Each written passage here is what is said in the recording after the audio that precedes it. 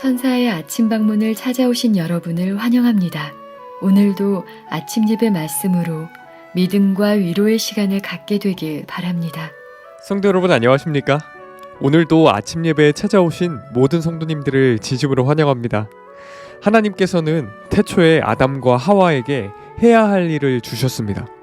그리고 성경은 일하는 것이 축복이라고 말하고 있습니다. 일하는 것이 어떻게 축복이 될 수 있는지 오늘 말씀을 통해서 꼭 확인해 보시길 바랍니다. 이제 기도하겠습니다. 하늘에 계신 아버지, 여기까지 저희를 인도하신 하나님께 감사드립니다. 오늘도 말씀으로 인도해 주실 때 내 생각과 감정을 내려놓고 겸손한 마음으로 말씀을 받을 수 있도록 인도하여 주시옵시고, 말씀을 통해서 양심이 씻겨지고 하늘에 대한 소망이 마음에 자리 잡을 수 있도록 인도하여 주시옵소서. 하늘에 계신 아버지, 몸이 불편하고 육신의 연약함 때문에 힘들고 고통당하는 성도들이 있습니다. 불쌍히 여겨 주시옵시고 하나님의 때에 치료하시는 역사를 통해서 하나님께 영광 돌리는 귀한 성도들 될 수 있도록 붙잡아 주시옵소서. 예수님의 이름으로 기도드립니다. 아멘.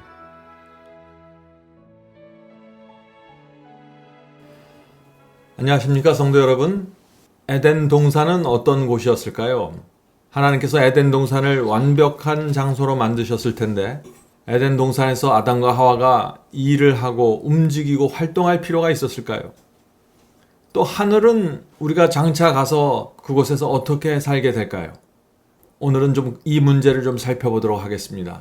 잠언 6장 6절에 보면 게으른 자여 개미에게로 가서 그 하는 것을 보고 지혜를 얻으라고 했습니다.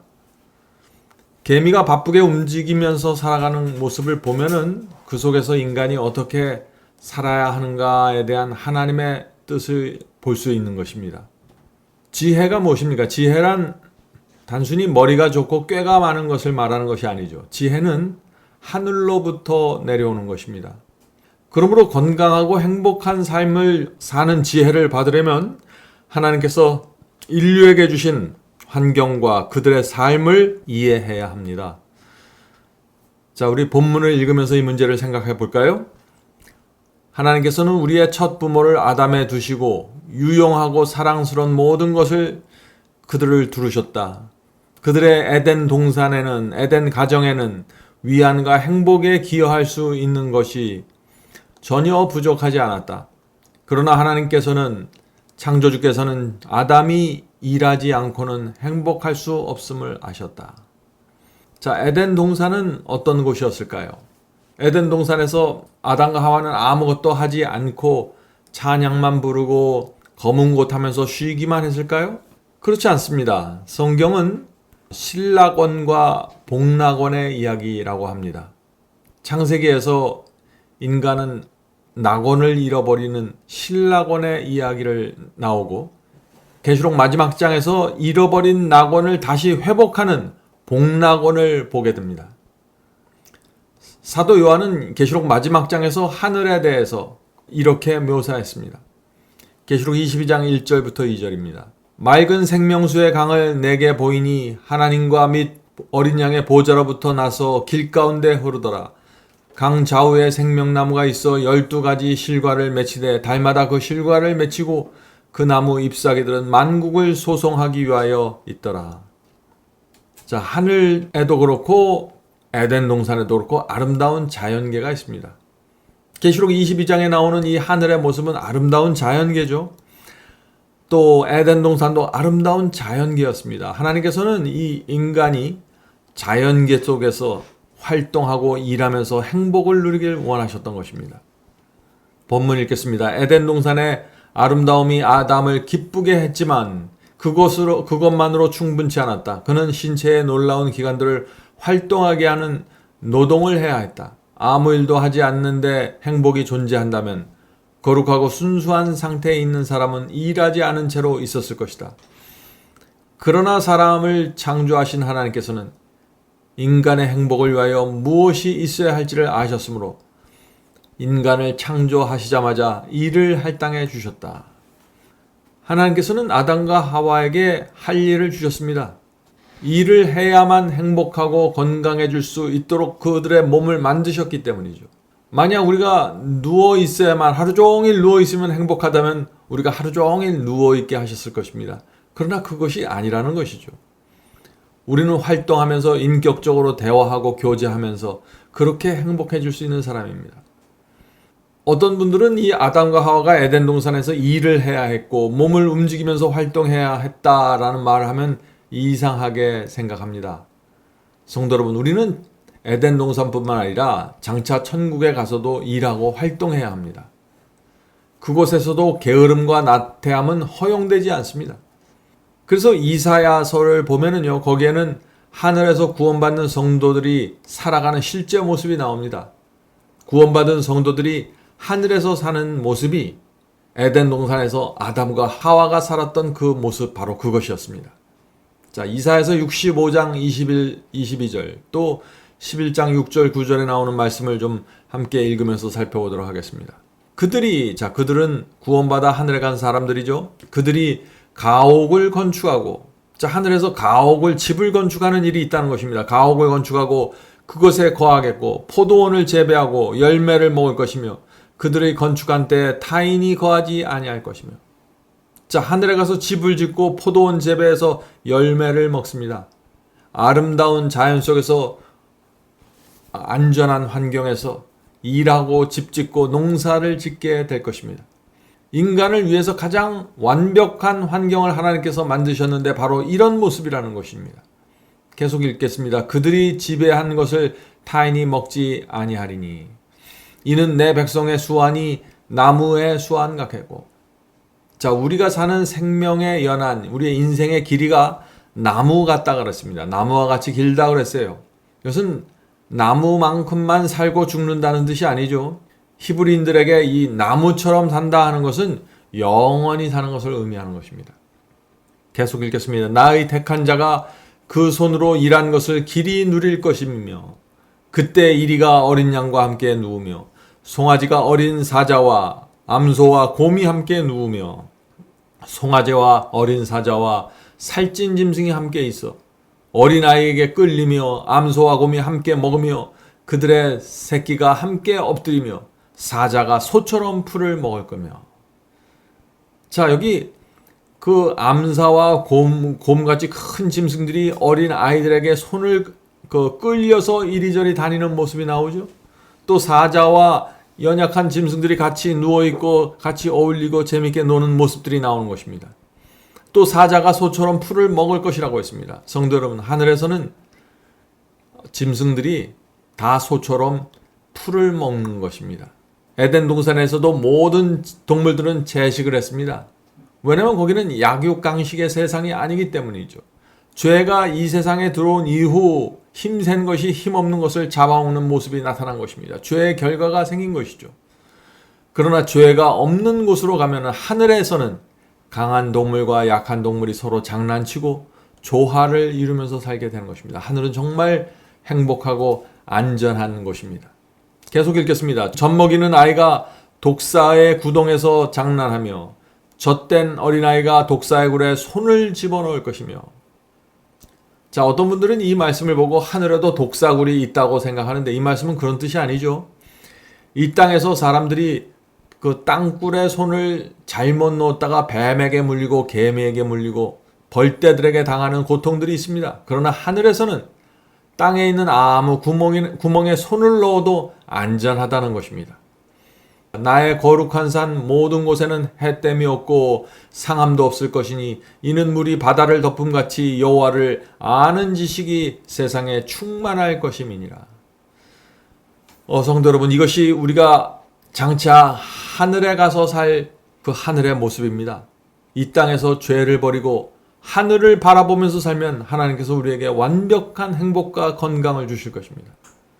이사야서에 나오는 이 말씀은 하늘에 대한 말씀이지만 동시에 에덴 동산에서도 동일한 아름다움과 행복과 완전한 안전이 있었던 것입니다. 에덴 동산에서도 인간은 포도원을 재배해야 했고 일하고 노동해야 했습니다. 집을 져야 했겠죠. 노동과 일은 인간을 위해서 정말 중요하고 행복과 건강을 위한 필수 요소입니다. 계속 본문 읽겠습니다. 미래의 영광에 대한 약속과 인간이 매일의 약속을 위하여 수고해야 한다는 명령은 동일한 보좌에서 나왔다. 신체가 활동하지 않을 때 피는 느리게 흐르며 근육의 크기와 힘은 저하된다. 신체 활동과 공기와 햇빛을 마음껏 사용하는 것, 곧 하늘이 모든 사람에게 풍성하게 부여한 축복들은 쇠약한 많은 병자에게 생명과 힘을 줄 것이다. 참된 행복과 건강을 정말 원하는 분들은 오늘 우리가 나누는 이 말씀을 잘 생각해 보셔야 합니다. 하나님께서 태초에 아담과 하와에게 주셨던 그 자연의 축복들을 굉장히 중요하다는 것입니다. 오늘날에도 마찬가지라는 것입니다. 왜냐하면 이 건강과 행복한 마음은 피와 깊은 연관이 있습니다. 건강을 유지하려면 그리고 깨끗하고 생명력이 있는 피를 가져야 하는 것입니다. 건강은 이 피의 건강과 밀접하게 관계에 있는 것이죠. 피는 신체 조직의 각 부분에 생명과 활력을 가져다 줍니다. 그러므로 피의 순환이 활력적일수록 세포에 산소와 영양이 활발하게 공급되는 것입니다. 성도 여러분, 그러므로 우리가 게으르고 나태하면은 피의 순환이 아주 천천히 흘러가게 되는 것입니다. 아무거나 먹고 과식하고 스트레스를 많이 받으면은 어떻게 될까요? 피의 순환에 문제가 생기는 것입니다. 운동하지 않고 몸을 움직이지 않으면 피의 순환이 느려지고 몸과 두뇌 건강에 여러 가지 문제를 일으킨다는 것입니다. 이것은 오늘날 현대 과학이 말하는 것이죠. 이 모든 것을 아셨던 하나님께서 사람에게 활동하라고 명령하셨고 움직이고 집을 짓고 포도원을 재배하라고 하시는 것입니다. 맑은 공기를 마시는 것도 중요합니다. 요즘 한국에서는 공기가 너무 좋지 않죠? 그래서 우리가 가족들이 시간을 내서 공기가 맑은 곳에 가서 산책을 하고 노동을 하면서 맑은 공기를 우리의 몸속에 깊이 집어넣는 것 중요한 것입니다. 하늘과 에덴 동산이 이 모든 것을 갖추고 있었습니다. 햇볕과 공기와 그 환경 모든 것을 갖추고 있어서 인간의 건강과 행복을 위한 최고의 장소였습니다. 본문을 읽겠습니다. 일은 저주가 아니라 축복이다. 부지런한 노동은 청년이든 노인이든 간에 많은 사람을 일하기를 게을리하는 자들에게 여전히 불행을 안겨주고자 하는 자의 함정에서 꺼내줄 것이었다. 왜냐하면 정직한 수고는 우리를 고상하게 해주기 때문이다. 손이 일상적인 일에 종사하는 동안 정신은 고상하고 거룩한 사상으로 채워질 것이다. 게으름과 나태함 속에서는 고상하고 거룩한 사상이 자리 잡을 수가 없다 하는 것입니다. 활력 있는 삶이 중요합니다. 건강한 몸에 건강한 정신이 깃든다고 했습니다. 몸과 마음은 깊이 연결되어 있습니다. 몸은 정신에 영향을 주고 정신도 또한 몸에 영향을 주는 것입니다. 서로 영향을 주는 것입니다. 정신적 스트레스가 많아지면은 몸에 즉각적인 영향을 주어서 소화가 잘 안 되죠. 스트레스가 많으면 혈압이 올라가게 되고 두통이 생기게 됩니다. 이 몸이 정신에 영향을 주는 것입니다. 그래서 그리스도인은 몸과 마음의 건강을 공급하기 위해서 생명의 법칙, 성경에 나오는 생명의 법칙, 에덴 동산에서 하나님께서 주신 그 생명의 법칙에 관심을 갖고 살펴봐야 하는 것입니다. 그곳에 인류를 위한 가장 안전한 생명의 법칙이 있습니다. 본문 읽겠습니다. 무활동과 게으름은 경건을 파괴하며 하나님의 성령을 근심하게 한다. 성도 여러분, 우리가 활동하지 않고 방에 누워서 쓸데없이 시간을 보내면은 경건함이 서서히 무너지게 된다는 것입니다. 그런 삶은 성령을 근심하게 한다는 것입니다. 신앙은 성경을 읽기만 한다고 해서 되는 것이 아닙니다. 몸과 마음이 함께 건강할 수 있는 삶을 살아야 하는 것입니다. 제가 가끔씩 저희 교회 교우들에게 좋은 공기와 자연이 있는 곳에 가서 사는 이 라이프 스타일을 소개하는 것은 여러 가지 이유가 있지만 신앙의 균형과 조화를 위해서도 그 조용하고 한적한 곳에 가서 맑은 공기가 있는 곳에 가서 사는 것은 중요한 것입니다.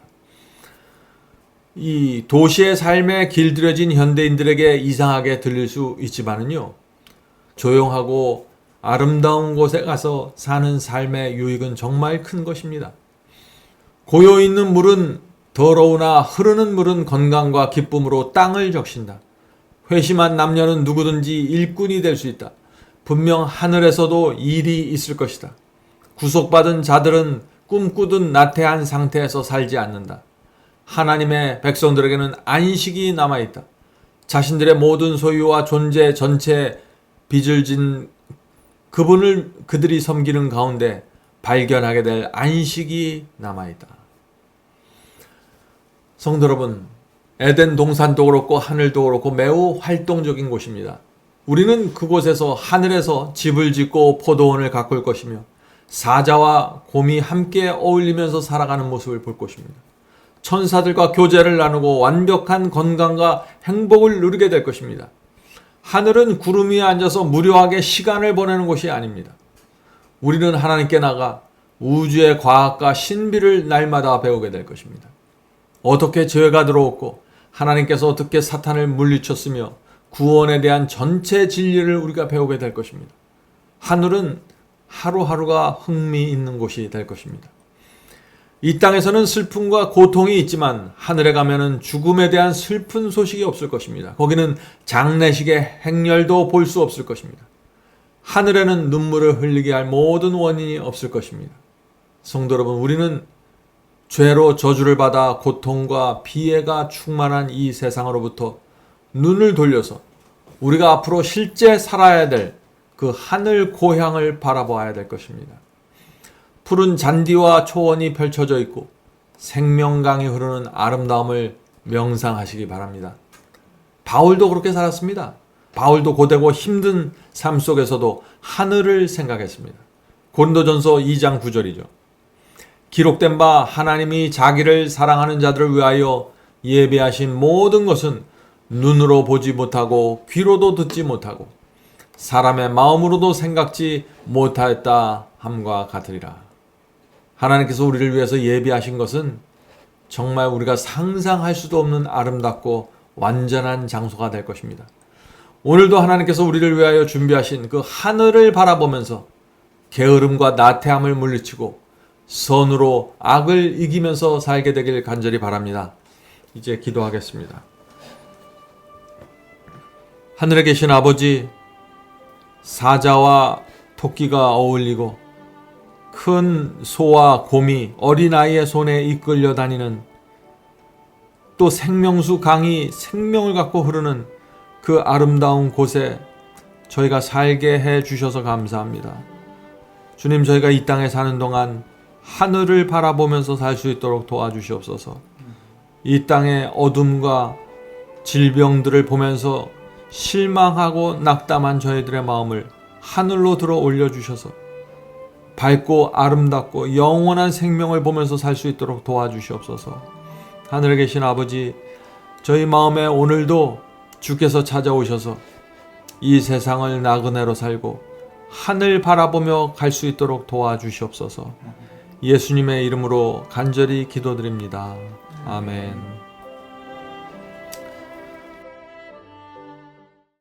성도 여러분, 마지막 사명에서는 아침 예배 채널을 유튜브에서 별도로 운영하고 있습니다. 아침 예배 채널에서는 매일 새벽 4시에 예배 영상이 올려지고 있으며 특별히 아침 9시에 예배가 진행됩니다.